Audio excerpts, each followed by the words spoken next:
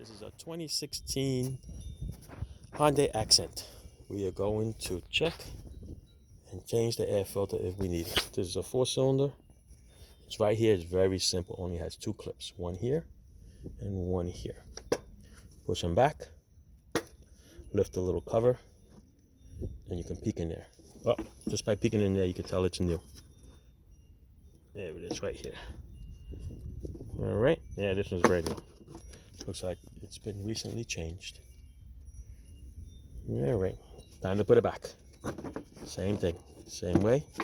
In there. Make sure that it falls in the slot.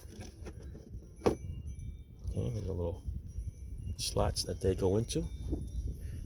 Put it in, push it down, and then clip it back on. That's it. All done. There's a GDI engine. Very nice. All right, 2016 Hyundai Accent. Ciao.